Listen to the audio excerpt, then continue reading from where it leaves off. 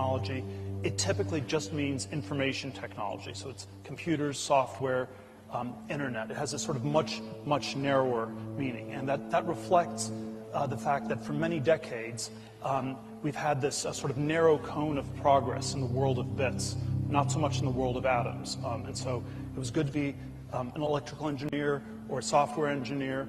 Most other engineering fields were actually bad career decisions for the last 40 to 50 years. So Silicon Valley for the last 20, 25 years has been very largely focused on the internet. Most of it's been the consumer internet, and the question you have to ask is, does that keep going? Is there a lot more to be done on the consumer internet, or does this broaden out?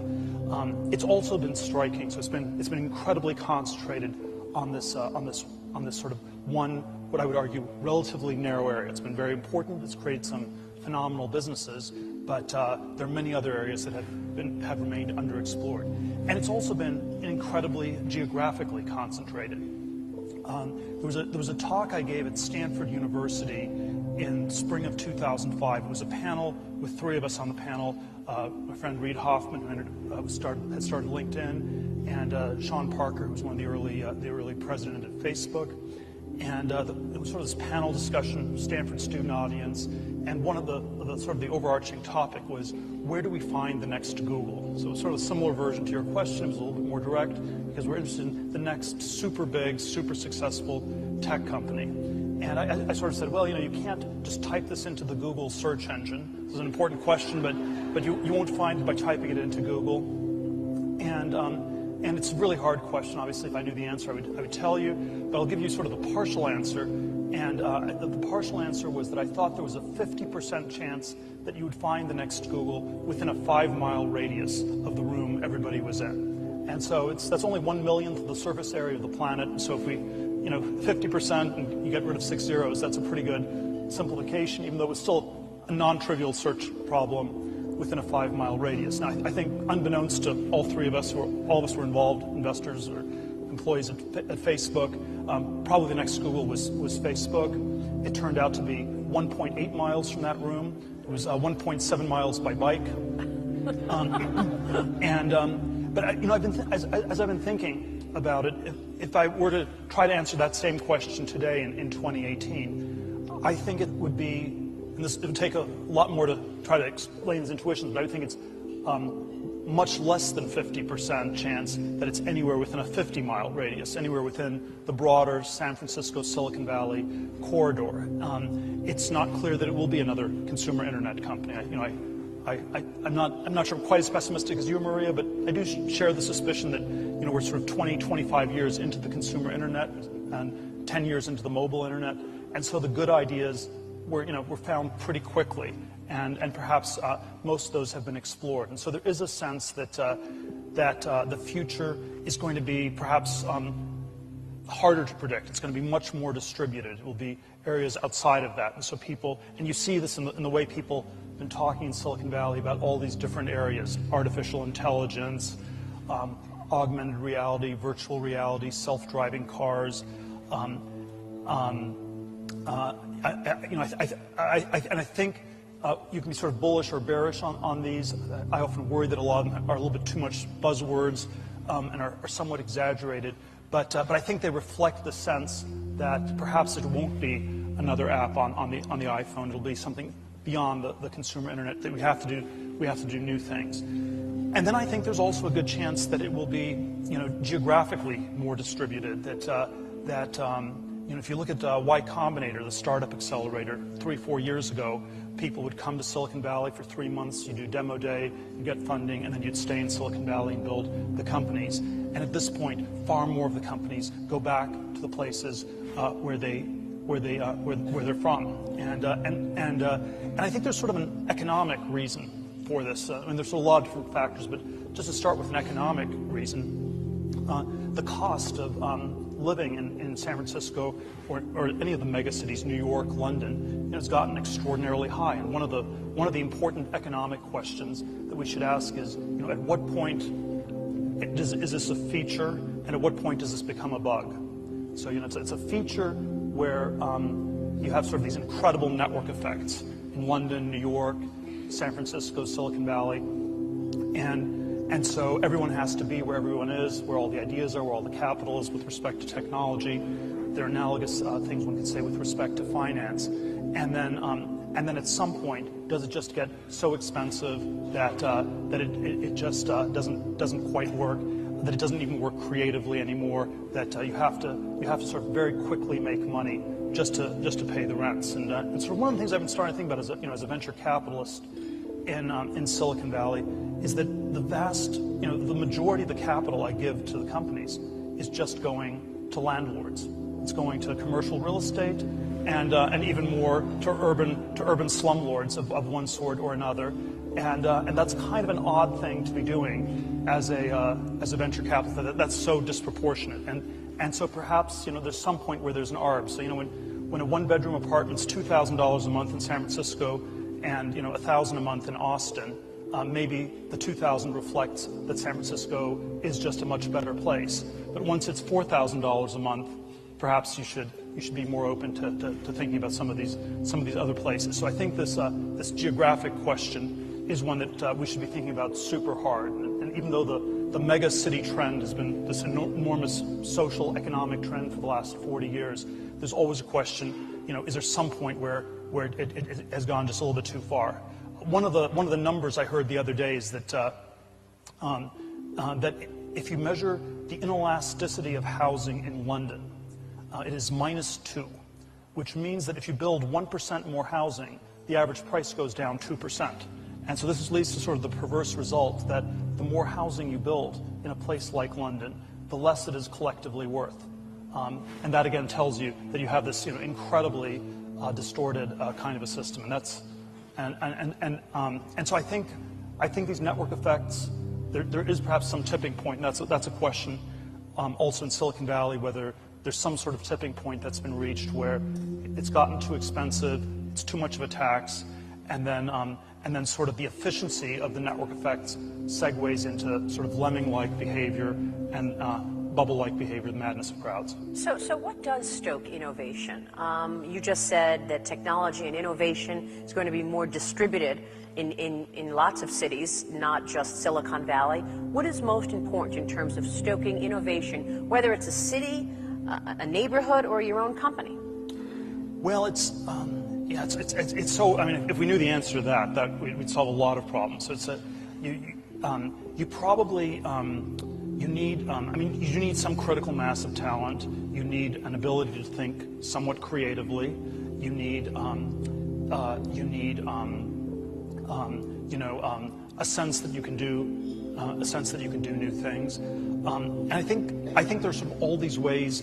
A place like San Francisco had this more a decade ago than it has today. There's sort of one crazy anecdote. I was at a friend's wedding in Columbia, South Carolina, in September of last year, and we were there a few months early, and there was, even in Columbia, South Carolina, you have a sort of one or two trendy downtown blocks, and went to a coffee shop, and it had all the sort of multi-flavored coffees and the hipster-like people serving coffee. And the question I asked was, how could you tell that you were in Columbia, South Carolina, and not in San Francisco? And the answer was, there were some very comfortable chairs where you could sit down and you could actually drink your coffee. They were spaced far enough apart that people wouldn't simply overhear the conversation. And certainly if you were to pull up a laptop computer and start working, there wouldn't be some kind of clapper who'd come along and shoo you away very quickly, or something like that. And I'm struck that I don't think coffee shops are the key to creativity, but I'm struck that in San Francisco or Manhattan, there are almost no coffee shops left. Wow. Well, I guess that was one of the brilliance behind Starbucks, that they created an opportunity for to go and work right there. Look, Peter, you made a decision recently to leave San Francisco, move out and take your investment firm, your personal investment firm with you, and move to LA. Why did you make that decision? Well, I think it's a lot of the reasons that I suggested. I'd say the basic concern as an investor is always that you get caught up too much in herd-like thinking, too much inside the bubble, And my concern is that Silicon Valley's gotten too far in that direction, and that it would be healthier to be in some place that was nearby, but still outside of it, where you could think about things more clearly.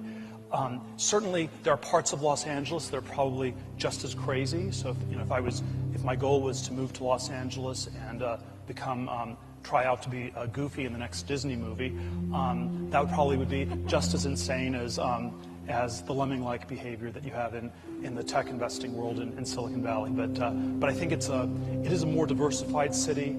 It's a more affordable city, and I think that there are a lot of features of the mega cities like San Francisco that have become bugs, and so dialing it back one level is probably a good thing. The lack of diversity, the lack of willingness to listen to conservative ideas, libertarian ideas. One thing that you've mentioned, and you supported President Trump early on, and you received pushback for it.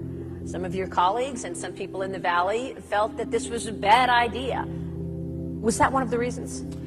I don't want to exaggerate that. So I think the political uniformity, I think, is downstream from all these other kinds of things. So I think people are much more frustrated by the fact that they can't afford to live there. They're much more frustrated by the fact that local schools don't work, all the local things don't work, and then I'm tempted to say it gets displaced into these sort of intense ideological fights about Trump, but it's just because you're living in a $4,000 barely functioning one-bedroom apartment or something. That's really what drives it. But yes, it has been striking how what had always been a very liberal place, and I don't have a problem with being in a minority politically or in any other way, has sort of become almost a one-party state, and that is sort of if you have something that's 85-15 as a split, that's pretty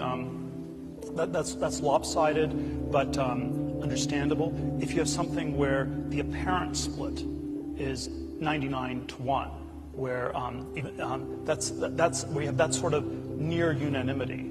That's not because the 99% have figured out the truth. It's because that's where you're dealing with something that's almost totalitarian. That's almost a one-party state. So when you have complete unanimity, that tells you that political correctness may have gone a little bit too far. And the thing that was striking about I often think of myself as a somewhat independent, contrarian investor, and I thought supporting Trump was one of the least contrarian things I ever did. It was half the country supported him, half was against. True. So and then within the Silicon Valley context, it was somehow the most contrarian thing and the least contrarian thing at the same time that I've ever done. How's he doing now, Peter? Let's talk about policies that you'd like to see coming out of this White House and the policies that we've already seen. Well, it's I think there are all sorts. It's very hard to get things to work in this country. There are a lot of the political governing institutions are simply not nearly working as well as they used to. The one thing that I liked about Trump and still very much like about him is a willingness to ask questions, to reframe the debate, and not to be sort of confined by these narrow, politically correct strictures. I've often said that our greatest political problem is the problem of political correctness, and I think there are any of a number of issues where it is good to rethink things. The very big tax reform that was pushed through at the end of last year, I think, is a very good thing, and it reflects that we're living in a very different world where we have to ask very hard questions about how do you get American companies to compete globally. The last big tax reform was in 1986. Before that, where you sort of had you sort of simplified and had sort of uniform taxes, and that made sense in a non-globalized world, which was still much less globalized in 1986. And then by 2017, our tax code was set up in such a way that American businesses were seriously disadvantaged, and this was an incredibly healthy reset. And so I think there are any of a number of topics where it's very good to be asking these questions. And then it's been Obviously, there are all sorts of things that are somewhat disappointing, and at the same time, I don't know how much one can expect. So that's. I think I still think it's better than the alternatives by far. Mm-hmm. Hillary Clinton. Yes, or Bernie Sanders. Or Bernie Sanders. In terms of the tax plan, that certainly did help economic growth. We're talking about 3% growth this year, and the rollback of regulations was also a boost for the economy. But the president is getting some pushback on his ideas on trade, in terms of tariffs on aluminum and steel. Where do you sit on this? Well, I know this is probably trying to question free trade orthodoxies, the thing you should absolutely not do in this room or in New York City generally. But just to try to be the pushback, be the contrarian. Push back a little bit.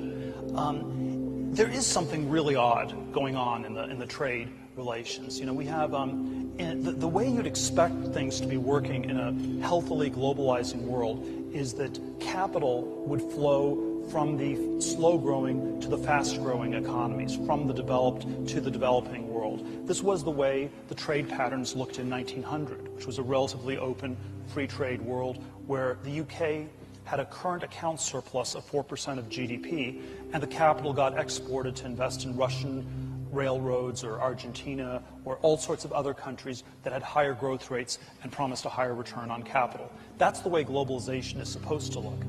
Today, it's quite the opposite, where the capital is flowing uphill from China to the U.S. and is sort of the other side of these enormous current account and trade deficits the United States has.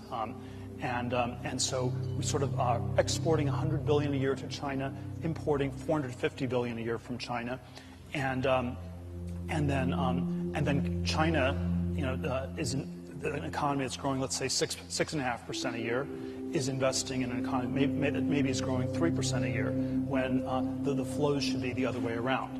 And so I think that tells you that something is incredibly off, and then it pushes you to have to ask questions why it is off. Why does nobody in China want to buy anything from the U.S.? Why are our goods so undesirable? Or why are there policies that skew things too much towards consumption in the U.S. and more to investment in other places, and should we be rethinking that? Or are there intellectual property things that are not being enforced? I think there's sort of a lot of very granular questions that we need to be asking. And so even if free trade is good in theory, and that's what you want to get to, I think the way you get there is perhaps by not being too dogmatic and too doctrinaire.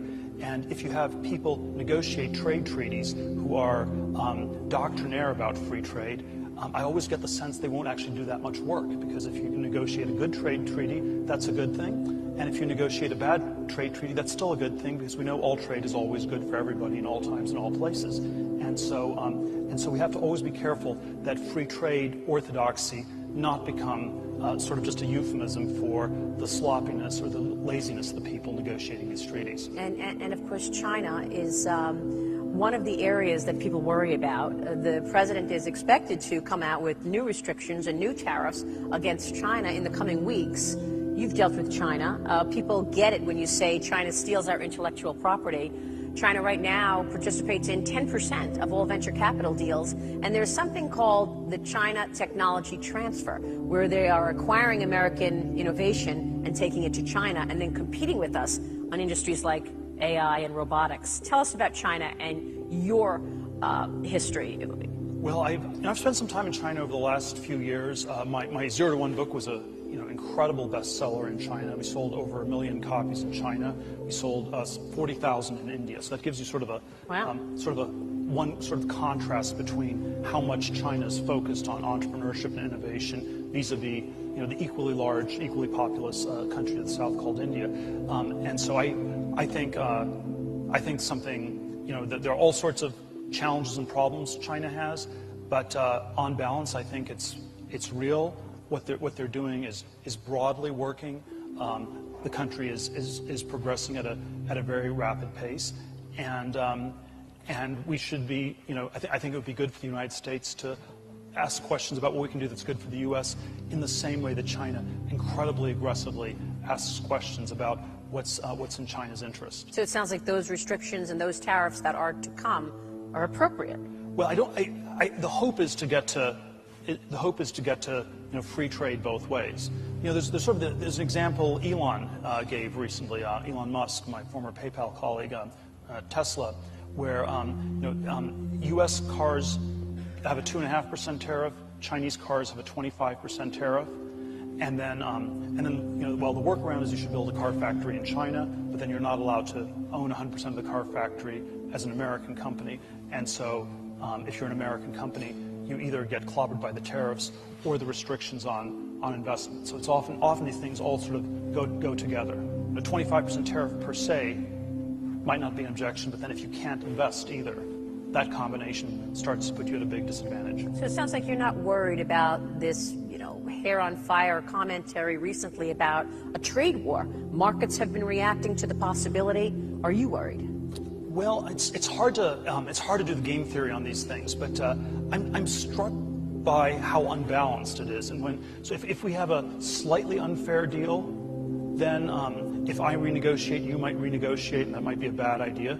But if we have a very unfair deal, then I can renegotiate, and it's not really clear what you can do. And so it's actually quite unclear where China can reciprocate with tariffs on the U.S. because we're in fact exporting so little. The thing China always cites is agricultural goods, that they would put tariffs on agricultural goods. But if you look at agriculture, there's no single, the U.S. no longer has a monopoly exporter in any single area. It's like soybeans, we're competing with Brazil, and corn, white wheat, we're competing with Russia.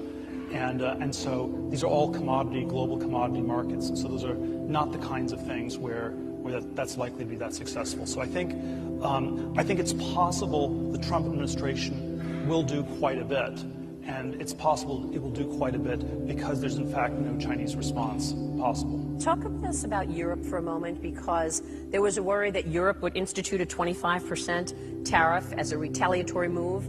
Would, for example, someone like Germany, who already has a $67 billion surplus with the United States, we've got a deficit with Germany as well, would Germany or any European country threaten that enormous surplus that they have by instituting a significant tariff against the U.S.? Well, there are countries where it's more symmetrical, but certainly the two that are the most asymmetrical are China, U.S., and Germany, U.S. And so I think Germany, it's a very similar thing where it's hard to know how you retaliate in a way that doesn't hurt you more than the U.S.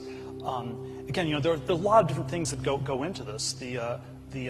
One of the things that leads to much higher surpluses in those countries and deficits in the U.S. is they have all these value-added taxes. So the economies in China and Germany are oriented towards investment and away from consumption. Our economy is very heavily skewed towards consumption and away from savings or investment. And that's the kind of thing that I think we should rethink. But I think that's not the thing that Germany or China really want to rethink. They don't want to shift to a much more aggressive consumer economy. That's what I thought. But let me switch gears here. I want to ask you your thoughts on privacy at a time when these technology companies are so successful, more successful and more powerful than they ever have been in terms of having so much information on all of us. You backed Hulk Hogan's successful triumph over Gawker Media and that sex tape that they had. It resulted in a $140 million judgment against Gawker, forcing the media company into bankruptcy. You're a libertarian. I want to get your take on how you see the privacy issue versus this powerful position that so many of these technology companies are in. I'm leading to a question about regulation, but first, why was this Gawker situation so important to you? Well, I think that I'm very proud of having supported Hulk Hogan in his successful lawsuit. It stands for this sort of egregious the claim that a pornographer pays people for sex tapes, and a journalist is someone who gets to publish sex tapes without paying people. That's simply an insult to journalists, and that is what Gawker was in effect arguing.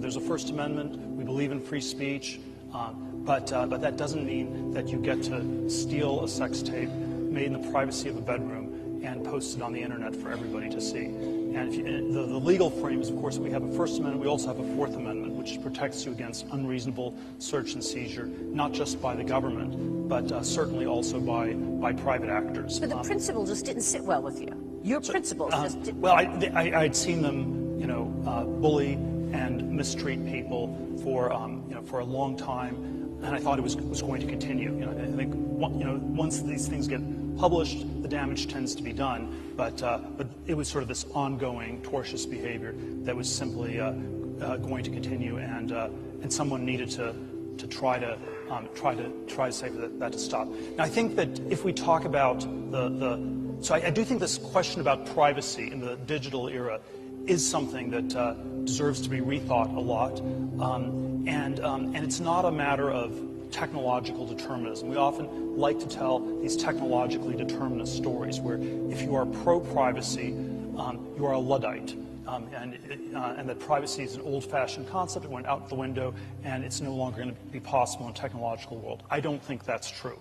I think it is always not just a technological question, it's a legal question, it's a cultural, social, political question, and I think that we're going to have a balance that will protect more privacy in the future. Now, I do think that what Gawker did vis-a-vis what the big tech companies are doing is very different. So I think one very basic difference is if you voluntarily give the information, that's quite different from it being sort of illegally obtained and in a sort of privacy violating way. But I think these things are always open to be rethought. Having said that, we are seeing murders on YouTube, suicide on Facebook, and these companies have more information about us than they ever have.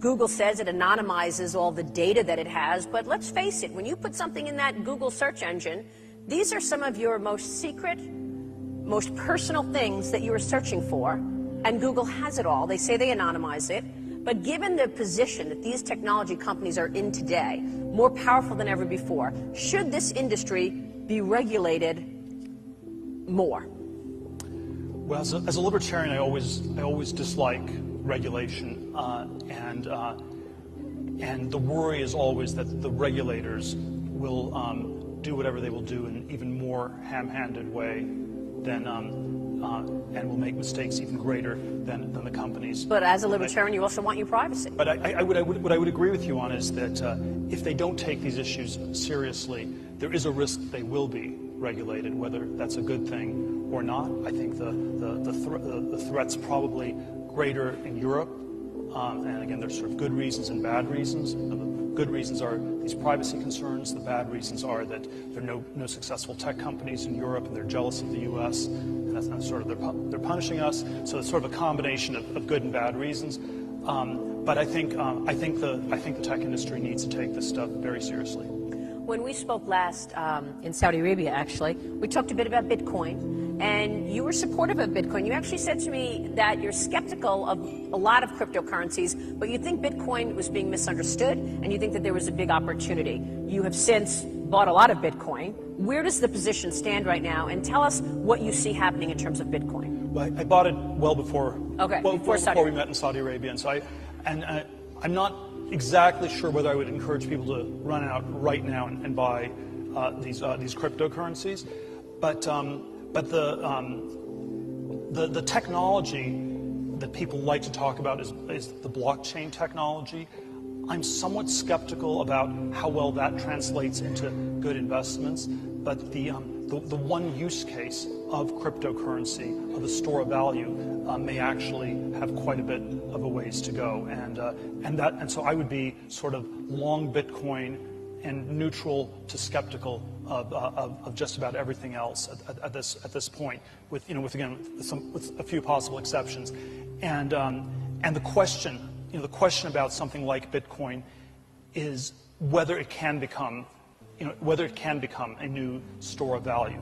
And I think the thing it would replace is something like gold. We're not talking about a new payment system, so it's too cumbersome to use for payments, for day-to-day transactions. But the analogy is it's like bars of gold in a vault that never move, and you get it, and it's sort of hedge of sorts against, the whole world going to falling apart or something. And there's about $200 billion worth of Bitcoin. There's $8 trillion worth of gold. And many of the things that make gold attractive would also apply to Bitcoin. And many of the objections people have to Bitcoin would also be objections to gold. So it's this weird currency that's not backed by any government. Same thing's true of gold. It's not clear what the intrinsic value of Bitcoin is. Same thing is true of gold. It may well be a bubble, but and most bubbles are unstable and end. But one of my friends has this line that money is the bubble that never pops. And so if it's money, it is bubble-like, and the value of money comes from often this sort of social thing where its value, you'd like to have a $100 bill because everybody else would like to have a $100 bill. And then if everyone decided a $100 bill was worthless, you might not want to have a $100 bill anymore. And so there is this sort of bubble-like aspect to money, but it's one that can be quite stable. And so even if Bitcoin is bubble-like, that doesn't necessarily rebut it in this core use case for a store of value.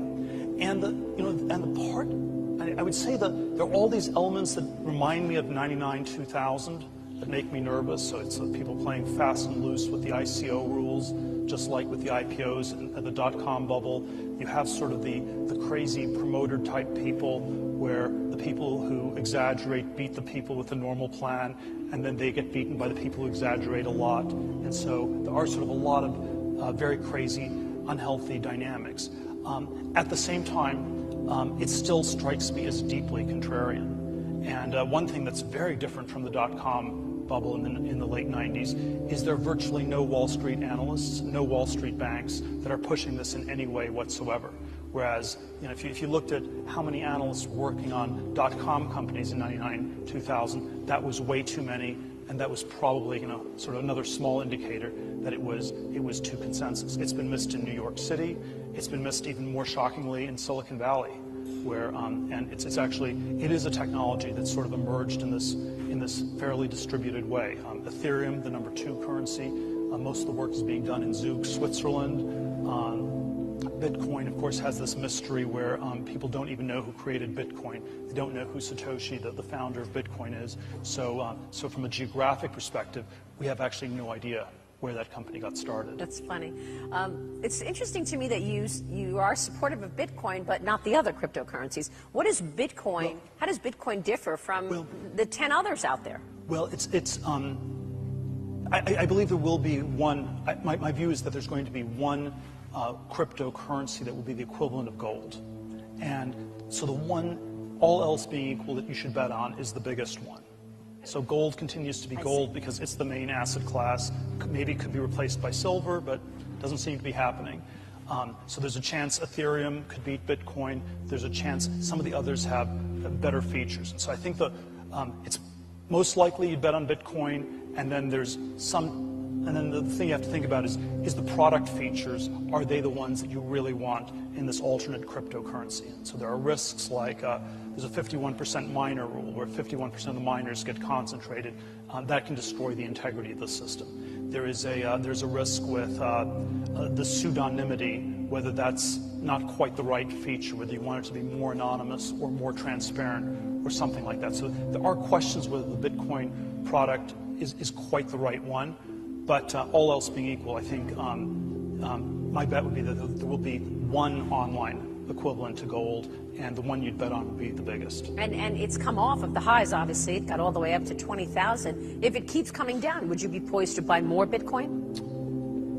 It's the I don't want to do the day trading. I did a presentation on this where there was a term hodl.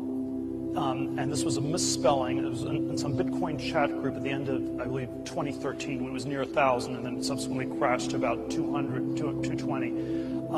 And there were questions, do you sell, do you buy, what do you do?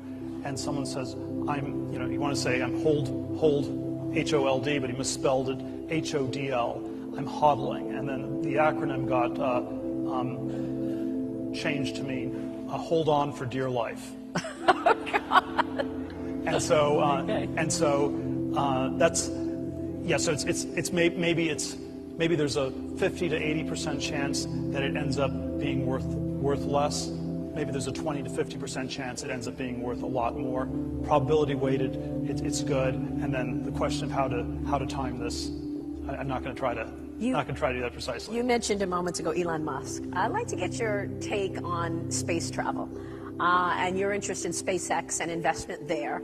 Are you surprised to see the private sector really picking up the momentum in terms of space travel? Where do you think that's going? I've known Elon for 18 years now, and you should never bet against Elon. I can tell you all sorts of crazy personal Elon stories, but you never want to bet against him. And we were early investors in SpaceX back in early 2008. And one of the things Elon was talking about at the time was rocket reusability, which I thought was just inconceivable that this could ever be done. That it was sort of like dropping a pencil, and how would you get the pencil to land, or something like that. And they actually, it actually looks like they've pulled that off. And so this was an incredible technical achievement. And I guess the intuition I had for why it could not be done was that I thought that rockets were sort of a relatively old technology. There was it had been developed in the 50s and 60s. There was an opening to build a private company that could build them more efficiently, that would sort of have an end-to-end manufacturing process and sort of improve on the cost-plus accounting. But I think it turns out, no, it's actually still a technology that could be innovated on in tremendous ways. And the reason, in theory, like something like 90% of the cost is in the rocket, not the fuel.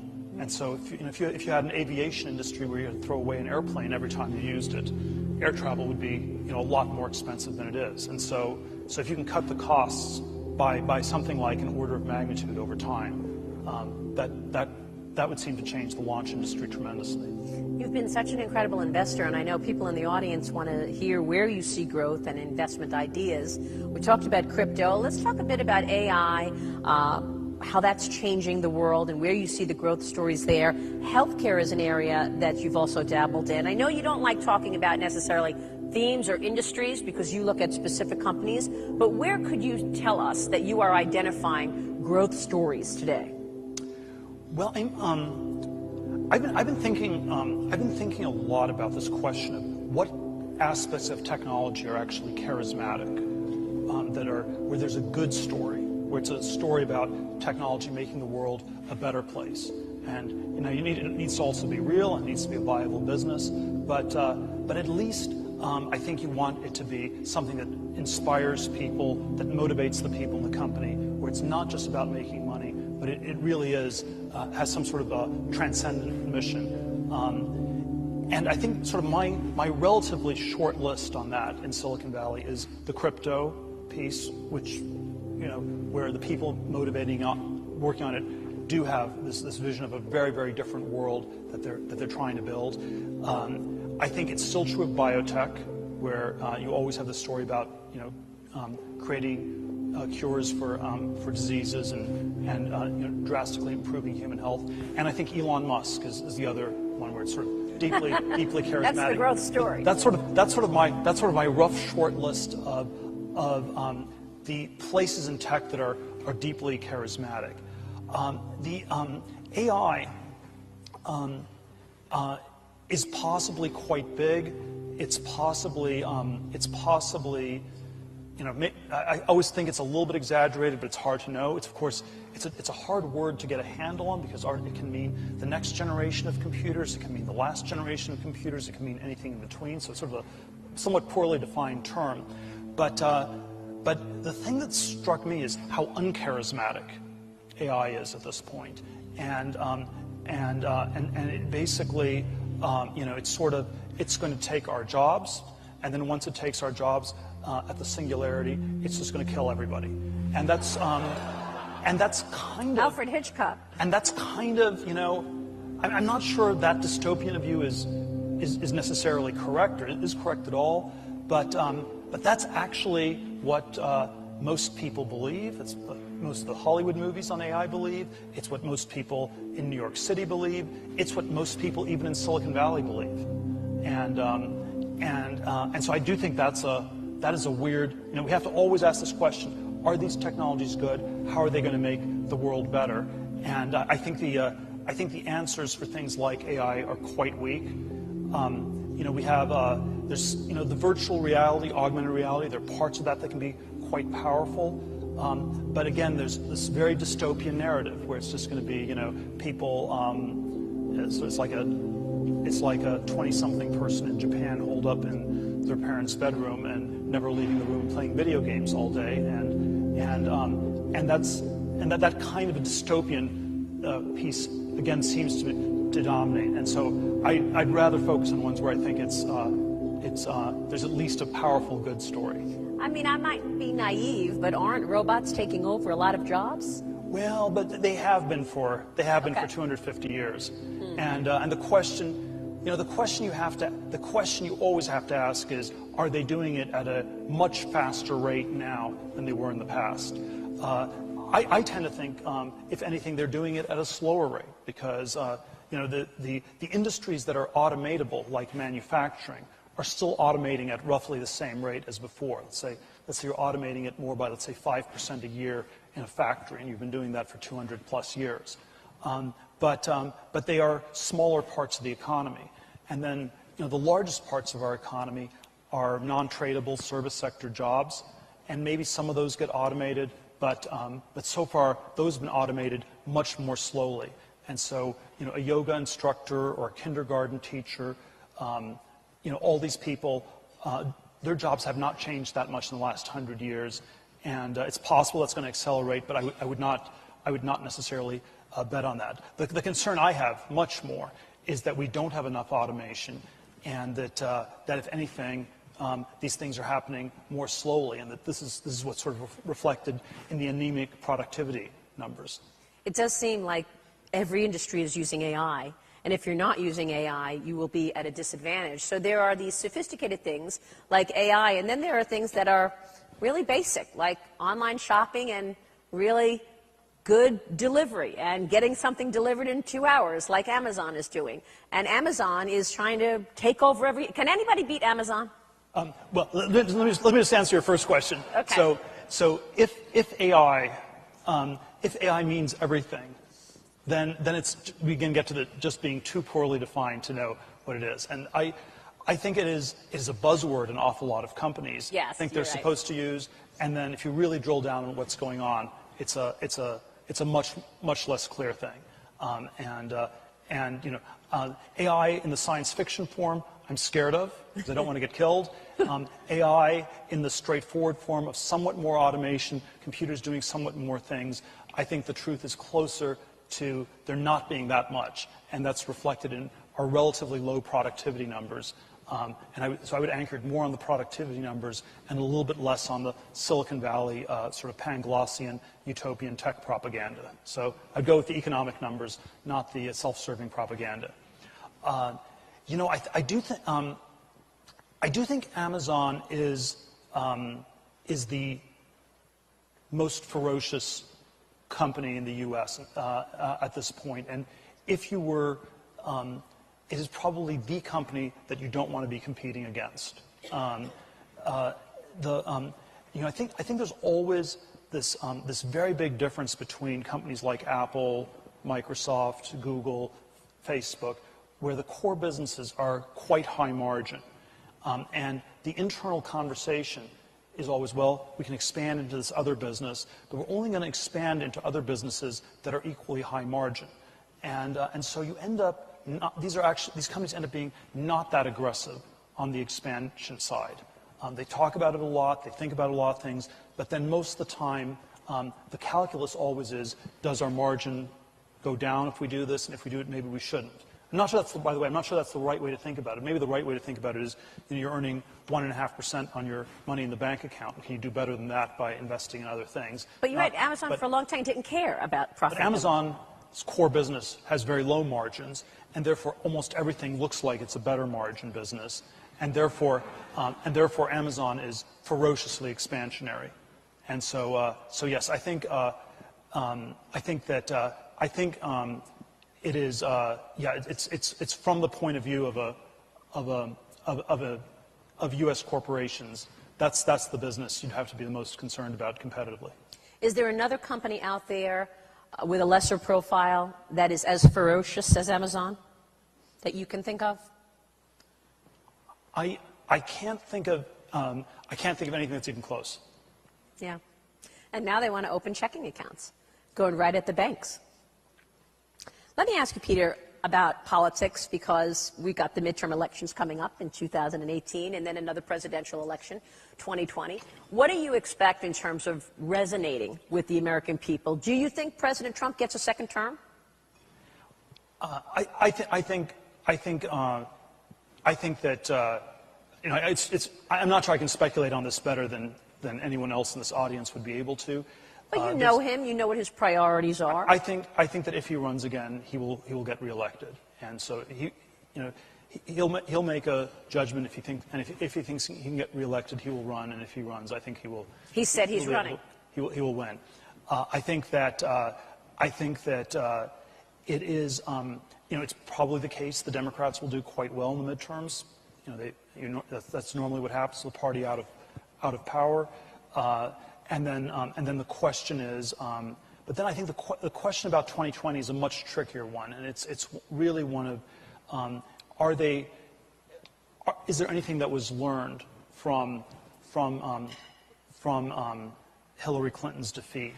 Because there were sort of all these ways that there were issues that she was not talking about, not relating to. And people wanted jobs and economic growth. And I'm not yet sure there will be that adjustment. And the history never repeats itself, but I think it's vaguely, there is a vague parallel with the way the Democrats are treating Trump and the way the Republicans treated Obama, where Obama was seen as this horrific, terrible, communist person from Kenya or something like that, and you simply did not, you were going to beat him. And I believe this was the fundamental mistake Mitt Romney made in 2012. It was just, that the narrative was, was somehow very straightforward. Obama was as bad as Carter, and you just had to show up and win. And actually, no, you had to, there was a reason Obama had gotten elected. There were some very real problems in this country, and you had to talk about those problems and try to deal with them. And there was a failure by the Republicans to do that in 2012, and I think the Democrats are setting themselves up for an even bigger version of that failure. And if you just have sort of this hate factory where it's about hating Trump all the time, that's going to handicap you from seriously engaging with the issues. I often think that you can. In debates and political conversations, our temptation is always to straw man the other side, to find the most ridiculous thing somebody says, to zero in on that, to exaggerate it even more, and to sort of use that to make the political opponent appear silly and ridiculous. And I think that we often would be well served to do the opposite of straw manning. And the sort of a word one of my colleagues came up with is steel man. We should steel man the people we disagree with. We should try to think about how can we make their arguments even better than they make them. And even if they're expressing their arguments in a bad way, what are the real underlying issues that those arguments reflect? How can we address those real underlying issues? I think if the Democrats were to do that with Trump, they would have a very high chance of winning. I see zero evidence that they're going to do that. Now, Elon, you're classically trained as an engineer. As a physicist. Is physicist. Okay, here's the question then. What's better, a scientist or an engineer? Who wins? Engineer. Every time? Well, I wouldn't say every time. And a lot of people that sort of are known for their scientific discoveries are actually really great engineers, like Galileo, for example. Okay. Okay, very good. Or Faraday, or really Maxwell, or anyone. I mean, I think it is an interesting debate as to sort of, does engineering drive discoveries in physics, or just physics to just drive discoveries in engineering. I think actually it's mostly engineering. And I think, for example, in recent years, if you look at how much physics has slowed down because of the lack of really engineering in the form of a collider. So everybody's just sitting around waiting for a bloody collider. So I'd say if physics was really driving things, why aren't the advancements being made? And I think it's clearly the engineering of the collider is what drives the advancements. Interesting. Now, between PayPal, and more than just these things, of course, but you've got PayPal, Tesla, and SpaceX. All three of these things are huge challenges, huge ways, basically changing the way people think. What drives you to try to find these opportunities, but not in an economic way, but these ways to kind of change the way human beings operate? I think it's good to grow the scope and scale of consciousness, and thus improve our understanding of the universe, and in fact to improve the sort of questions that we would ask. As Douglas Adams said in Hitchhiker's Guide to the Galaxy, the real trick is the question, not the answer. There's so much information, but the need to kind of get over the apathy of having the information to doing something about it. Now, not all of us are going to start space exploration companies and electric vehicle companies. The scale changes, but what can people do, or what motivations do people need to harness to try to make change, as opposed to just reading about change? And that's not supposed to be an easy question. I don't think it's this. Well, like I said, I think if you study engineering and you figure out how to design new things, then it's relatively easy to start a company. You just need to get a few like-minded people with you, and then focus on creating a prototype, a compelling prototype, as soon as possible. And then, there's a strong venture capital industry in this country that will give you funding to take things to the next level. And that's all there is to it. And you might, if you try it a few times, you may or may not succeed. But I think sometimes people fear starting a company too much. You have to say, really, what's the worst that could go wrong? You're not going to starve to death. You're not going to die of exposure. What's the worst that could go wrong? Dr. Kaku, you talk a lot about physicists and how physicists are solving the problems in the future. I'm an engineer, and I kind of think that we might be a little bit cooler than physicists. If you're to balance, who's the coolest, an engineer or a physicist? Well, it's like arguing who is cooler, my left hand or my right hand, right? You have to have both, and they work in synchronization. However, there are some real whoppers in history. We invented the transistor, but we didn't do anything with the transistor. It was left to the engineers who then ran with it to revolutionize modern civilization. The laser was invented by physicists, but again, it was the engineers who then would commercialize it and change the fabric of our life with it. And if you go back, all the inventions of the 20th century, the fantastic inventions, were done by physicists. Take a look at medicine. MRI machines originally came as NMR machines, nuclear magnetic resonance. Two physicists got the Nobel Prize, in fact, for inventing nuclear magnetic resonance machines, which eventually morphed into MRI machines. Or go back even further. Radio, television, nuclear medicine, X-rays, all of that originally came from physics. And to go back even farther, the DNA molecule was sequenced by a physicist, Francis Crick, working with James Watson. So you realize that physicists make the initial breakthrough, but then we stop. We lose interest in it. We don't want to commercialize it. We don't want to change all of society. We lose interest and we go on to the next frontier. So that's where we physicists and engineers have to work hand in hand, because ultimately it has a huge impact on wealth, on jobs, our well-being, and the fabric of society itself. Is it ever possible that as a society we create a Terminator movie-style world where robots end up attacking and we fight our own creations? Well, it's possible that one day the robots will take over and we're going to be put in zoos and our robot creators will throw peanuts at us and make us dance behind bars, just like we make bears dance behind bars today. But that date is far into the future, at least maybe 100 years.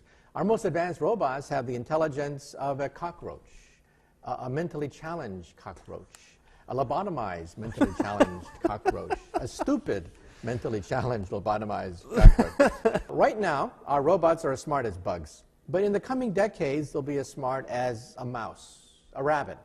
Eventually, maybe a dog or a cat. Finally, maybe by the end of the century, maybe even as smart as a monkey. At that point, they may become dangerous. At that point, they may have their own agenda, and we should put a chip in their brain to shut them off if they have murderous thoughts. So there's several ways of handling the Terminator scenario. First is the fail-safe device. A chip in the brain, 3 laws of robotics, whatever it takes. The second is called friendly AI. That is designing robots from the get-go to be helpers and to empathize and to help humans rather than to destroy. The problem with that is most funding comes from the Pentagon. By far, the largest funder of artificial intelligence is the Pentagon, which wants robots to kill and not to heal and not to befriend. You've made a lot of predictions. A lot of them are very accurate. It seems like your vision of the future is a little bit too precise. Now, I'm fairly convinced that you're actually from the future. Now, I have a list of Super Bowl contenders for the next couple of years, and I'm wondering if you could pick out. Would that be something you'd be willing to do for me? No. First of all, I will give you $20 right now. No deal? First of all, I haven't followed the football game since I graduated from Harvard many, many decades ago. I was in the Harvard band for quite a while. Went to every single football game. But after that, I lost interest. So I'd be totally clueless when it comes to picking who would win on any particular sports game. All right. Now, however, we physicists work with what is testable, measurable, and falsifiable. Things have to be reproducible. So can I disprove that I'm from the future? And the answer is no. Because how do you test it? How do you falsify it? It's really hard to sell kids on math and science. It's really easy to sell kids on cigarettes. Would it help if we made science illegal? There's another way to make science interesting for people. First of all, we are born scientists. When we're born, we wonder what's out there. We begin to wonder about the sun, life, the stars, what makes the oceans, the weather. We're born scientists. And then something happens. When we hit the danger years of junior high school and high school, that's when it's literally crushed out of us. Those are the worst. Every little flower of curiosity, said Einstein, is crushed by society itself. Because we have to learn all these facts, figures, memorization, we think that memorization is science. And that's not true at all. My daughter had to take the Regents exam once, and she had to memorize all these facts and figures about minerals, crystals for a geology exam. Nowhere did I see the true driving force of geology, which is continental drift. That's the organizing principle for all of geology. And yet the exam was memorizing all the names of the crystals and the minerals. And then later she comes up to me and says, "Daddy, why would anyone want to become a scientist?" That was the most humiliating event in my entire life. I felt like taking that book and ripping it apart, because that exam was crushing curiosity right out of the next generation. And then we wonder, hey, how come people are not more interested in science? Duh, okay? You talk a lot about Star Trek, not as much about Star Wars. I'm a big Star Wars fan. What's the difference? Why do you feel like Star Trek is such a better series? First of all, I love both. I've seen every single Star Trek and every single Star Wars episode and film. However, there is a difference. In Star Wars, it's like Flash Gordon. It's driven by the plot. The science is sort of secondary.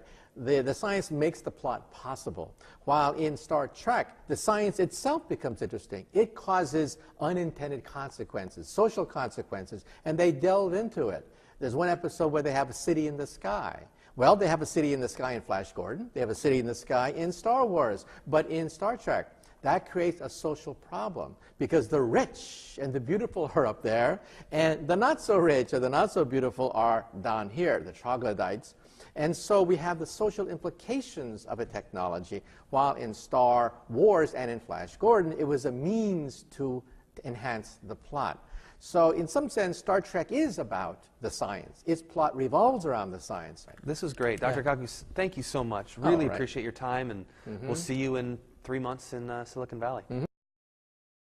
Elon Musk, who is the CEO of Tesla, the electric car company, also of SpaceX, Right. which is going to colonize space at some point. Yeah, we certainly look forward to taking people to space, absolutely. And also the inspiration for Robert Downey Jr.'s Tony Stark character in the Iron Man movie. Yes, in certain respects. So we have a lot to talk about. But let's start with Tesla. You now have the Tesla Roadster on the road. I don't know how many of them are there out there. I think we're around 16 or 1,700. It's an all-electric car. I had the opportunity to ride in it. Amazing acceleration. It seems to go from 0 to 60 in about 3 seconds. Right. But it's not cheap. It's $110,000. That's not the answer to our energy problems. No, it isn't. What the Roadster's greatest value is really is in breaking the misconceptions around electric cars, showing that you can have a fast, cool, beautiful electric car that goes long distances. And so the next step, of How course, far does the Roadster go without a charge? almost 250 miles. Wow. So that's longer than any other electric car on the road. Yes, so it's longer than any electric car in history. In fact, the Roadster has set many world records in terms of its range. In fact, we've had one customer take it over 300 miles on a trip. Who was that customer, by the way? There were actually two customers. Yeah. One was a rally in Australia. It's actually technically 500 kilometers. It's the first time that an electric car has finished that rally without recharging. And then another one was in Europe. You have a lot of famous customers. George Clooney, Right. Larry Page yes. has one. Who you probably know most of the It's- 1,500 customers. Well, I certainly know several of them. But Larry Page and Sergey Brin were both early customers and, in fact, investors in Tesla. Yeah. So, so how you were talking about how this is going to get us to the energy solutions. I mean, 1,500 people, very expensive cars is a small step. Yes, the biggest impact of the Roadster is in changing the perception of what an electric car can be and showing that you can do amazing things with an electric car that, in fact, are better than gasoline cars in a lot of respects. The Roadster has better acceleration than almost any gasoline sports car. So the result of the Roadster was in fact the Volt. Bob Lutz at General Motors credits Tesla with the inspiration for the Volt. Really? Did he work with you to learn your technology? To do you share your technology? We do share our technology. Ironically, not with General Motors. Not that we weren't willing to do so, but General Motors wanted to go their own way. But we do provide our powertrain technology to Daimler, for Mercedes and Smart, and to Toyota. And so we have the electric Mercedes A-Class now on the roads in Europe. We have the electric Smart now in the U.S. and Europe. And next year there'll be the electric Toyota RAV4. So your technology is spreading to Yes. to other car makers. Now you're going to have a somewhat more affordable car out next year. Correct. Next year we will have the Model S, which is about half the price of the Roadster, so about $50,000. And that's a full-size sedan about the size of a 5 Series BMW. But actually far more capable than other premium sedans. Will it accelerate as quickly as the Roadster does? I think we will have a version that accelerates comparable to the Roadster, yes. Really? Yes. Which will be, our goal with the Model S is to have a performance version of the Model S that is the fastest sedan on the road. Yeah. Are people surprised by that? I think most people think of electric cars, they think of golf carts, you know, sort of. Right. A We have one slow, hell of a golf creaky- cart. Yeah. Yeah. Have I mean, you really want to go on the golf course with this puppy. I mean, you're really going to get some good time between the holes. And do you find people are surprised that an electric car can do that? They are, and that's exactly what we're trying to effect, which is to show people, hey, you can have a better experience with an electric car than you can with a gasoline car. Yeah, so how much does the environmental impact of your cars depend on where the electricity is coming from? In other words, if you're drawing the electricity off of a coal-fired plant, is it still a good thing for the environment? You know, it actually is.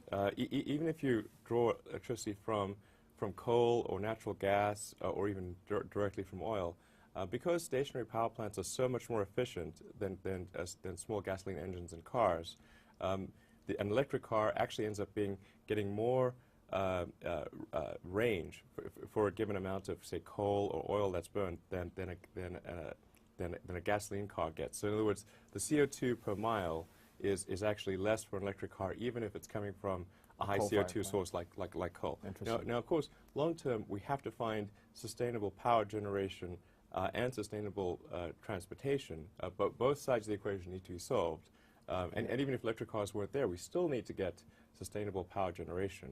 But the great thing about electric cars is you can generate the electricity from a wide range of renewable sources like geothermal, wind, solar, and nuclear where it's safe to do so. You've gotten criticism, and probably more importantly, the government has gotten criticism for having made a substantial guaranteed loan to Tesla at a critical moment out of stimulus funds. It was like a $500 million. And what the critics say is, why in the world should taxpayer dollars be used to fund a $110,000 plaything for George Clooney and Larry Page? Yes. Now, if that were true, it would be a valid criticism. Okay, go ahead. So first of all, I should say that the loan that Tesla received did not come from stimulus funds at all. In fact, the loan program under which Tesla competed for loans was actually created and signed into law by George Bush. So it existed prior to stimulus. It did. But it's still taxpayer dollars. It is taxpayer dollars. But it's very, very different from the stimulus funds or the bailouts or anything. In fact, one of the requirements under this loan program, which is called the Advanced Technology Vehicle Manufacturing Program, was that you had to demonstrate viability as a company independent of the loan. This is why General Motors and Chrysler didn't receive any funding under this program, because it's difficult to make that argument while you're going through bankruptcy. But you say, so they were in bankruptcy. They couldn't make that argument. You weren't profitable at the time you got the loan. No, but we could demonstrate viability with the Roadster. Would you have had viability without the loan? Yes. So you didn't need the loan. We did not need the loan. The loan was the value of the loan is really to accelerate the progress of Tesla, not to keep Tesla alive. Huh. Although unfortunately the timing was unfortunate. So it's fair that people would have a sort of a misunderstanding about this, because the announcement of the loan that Tesla got, and also Nissan and Ford got loans that were much larger than what Tesla got at the same time. But these loans were announced right around the time that there were bailouts taking place and there was a stimulus, and so people naturally confused the two, which is unfortunate. But they're really quite different. And the other issue was that the loan was going to a very expensive plaything for the rich. Correct, and that is also an incorrect perception. The loan that we received was specifically for the Model S program, which is much higher volume, lower cost. What will the cost of a Model S be? About $50,000. And how many Model S's will you be? When does it launch? We're expecting to go into production middle of next year. Middle of next year. 20,000 units a year is the 20,000 a year. Okay. And a few other things that are noteworthy about the ATVM loan. Of course, we pay interest. It's a reduced interest, but we still pay interest. And if we don't pay the loan off early, then there are actually stock warrants that the government gets in Tesla. So it's a pretty good deal, and it's also senior debt. Yeah, so, given the criticism you've gotten from our editorial page, among other places, right. Do you wish you had taken the money? If you didn't need the money, do you wish you had done it without the government loan? We're really hell-bent on accelerating the advent of electric cars and getting electric cars to the mass market as soon as possible. So $500 million helps. It definitely helps, and we'll take a lot of heat if it's in support of the greater cause. And we did take a lot of heat. But I think in terms of the editorial page, the criticism that we received, I think was simply we didn't have an opportunity to correct some of the misperceptions. If Holman Jenkins or others had actually understood the correct situation, I don't think they would have been nearly as critical. Did you talk to Holman Jenkins? We exchanged some emails. Okay. Okay. Well, I'm not going to go there. This is the news side of the organization. But let me ask you. You say your goal is to get electric vehicles to the mass market. Yes. Are we going to get electric vehicles to the mass market through a a startup entrepreneurial operation like Tesla, or are we going to get it there through Nissan, General Motors, Ford, et cetera, taking up the banner? I think it's really going to come there through the whole industry moving towards electrification. I'm supportive of any move by any company to create electric vehicles. So I think it's great what Nissan is doing with the Leaf, what GM is doing with the Volt, what Daimler is doing with the electric Mercedes. Do you consider them competition? Well, I guess they're competition in a sense, but pretty indirectly. It's such a huge market that we don't see people necessarily choosing to buy a Volt or a Leaf rather than a Tesla. I guess technically competition, but not in a significant way. The overarching goal of Tesla is to get the industry to move towards electrification, competition or not, and whether we do that with our own cars, with cars that we help other people make, as we're doing with Daimler. We're producing battery packs and chargers for the Mercedes A-Class, for the electric smart car. With Toyota, we're producing the entire electric powertrain for the electric RAV4. We're just trying to move the industry towards electrification faster than it might otherwise go, and we're certainly quite pleased whenever there's any announcement about another manufacturer producing electric cars. But there's clearly a strategy split among the big manufacturers. I mean, Nissan made this decision to produce an all-electric car. It hasn't sold terribly well. You talk to Ford, for instance. They'll say they think hybrids are the way to go. Do you have an opinion on who's right in that argument? Well, I strongly believe that the future is pure electric cars. Not hybrids. Not hybrids. I think hybrids are an interim step. They're sort of like an amphibian. You know, it's when life was going from the oceans to land, there were probably a lot of amphibians. But that's not the end solution. Yeah. You know, I think you want to go all electric because that is the truly sustainable path. And I think if you split the baby and you have a car that is trying to be a good gasoline car and a good electric car, you end up being not as compelling as either a pure gasoline or pure electric. The one other thing we should talk about that I think people get some anxiety about is the charging. If they need to charge their Tesla, where can they do it? How can they do it? And how long is it going to take? Yeah. So with the Model S, I think we've got a great solution in that regard because you've got a range of up to 300 miles. You can actually charge the car in 45 minutes. The charger is built into the car. And the third thing is that you can actually swap out the battery pack faster than you can fill a gas tank. So you can actually swap the battery pack out in under a minute. Let me ask you a little bit about SpaceX, space travel. I mean, I know you have rockets that are putting satellites up into space, but your stated goal is to get human beings up there, yes, even as the government is pulling out of the business of putting people in space. Why is that so important to you? Well, I just think that a future where humanity is a spacefaring civilization out there exploring the stars is an incredibly exciting future and inspiring. And so that's what we're trying to help make happen.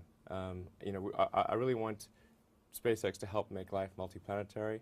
You know, I'd like to see a self-sustaining base on Mars. Do you think that's really practical? I think it's possible. Absolutely. How long is it going to take? When are you going to put your first man into space? Well, I think we'll probably put our first man in space in about 3 years. And when are you going to put your first man on a planet? Man or woman? Well, we're going all the way to Mars, I think. That's time frame? Best case 10 years, worst case 15 to 20 years. And you're sort of on your own in this effort now. Are you going to build the colony as well when you get there? Well, our goal is we want to be like the shipping company that brought people from Europe to America, or like the Union Pacific Railroad or something like that. You know, our goal is to facilitate and the transfer of people and cargo to other planets, and then it's going to be up to the people if they want to go. I mentioned at the outset that you were the inspiration for the Robert Downey Jr. Tony Stark character. Did you work with him on that in Iron Man 2? Well, he did interview me. I guess I met with Robert Downey Jr. Just before they were filming Iron Man 1. Gave him a tour of the rocket factory, showed him the electric car and everything, and And I guess, and we talked about some of the possible scientific explanations for the powers that Iron Man has in his suit. Like, maybe you can harness the power of dark energy or something like that. What did you think of the character? I thought it was cool. I think there's also some important differences. I've got 5 kids. Yeah. And Iron Man is sort of a swinging bachelor. I spend my weekends going to Disneyland. I This is a little bit Tony different. Stark's doing that. It's a little bit different. And you, before we leave, I should say, I mean, your personal life has been extraordinarily public. It has to be somewhat frustrating to you. I mean, I just this morning noticed that CNBC was rerunning their divorce special. Yes. Why is that? They're rerunning that? I Yes, can't yeah, believe it was. No, your ex-wife's face was on the screen right before I came in here. So. That's horrendous. But why has your personal life become such an extraordinarily public thing? I don't know. I wish it wasn't. Yeah. I think my ex-wife is sort of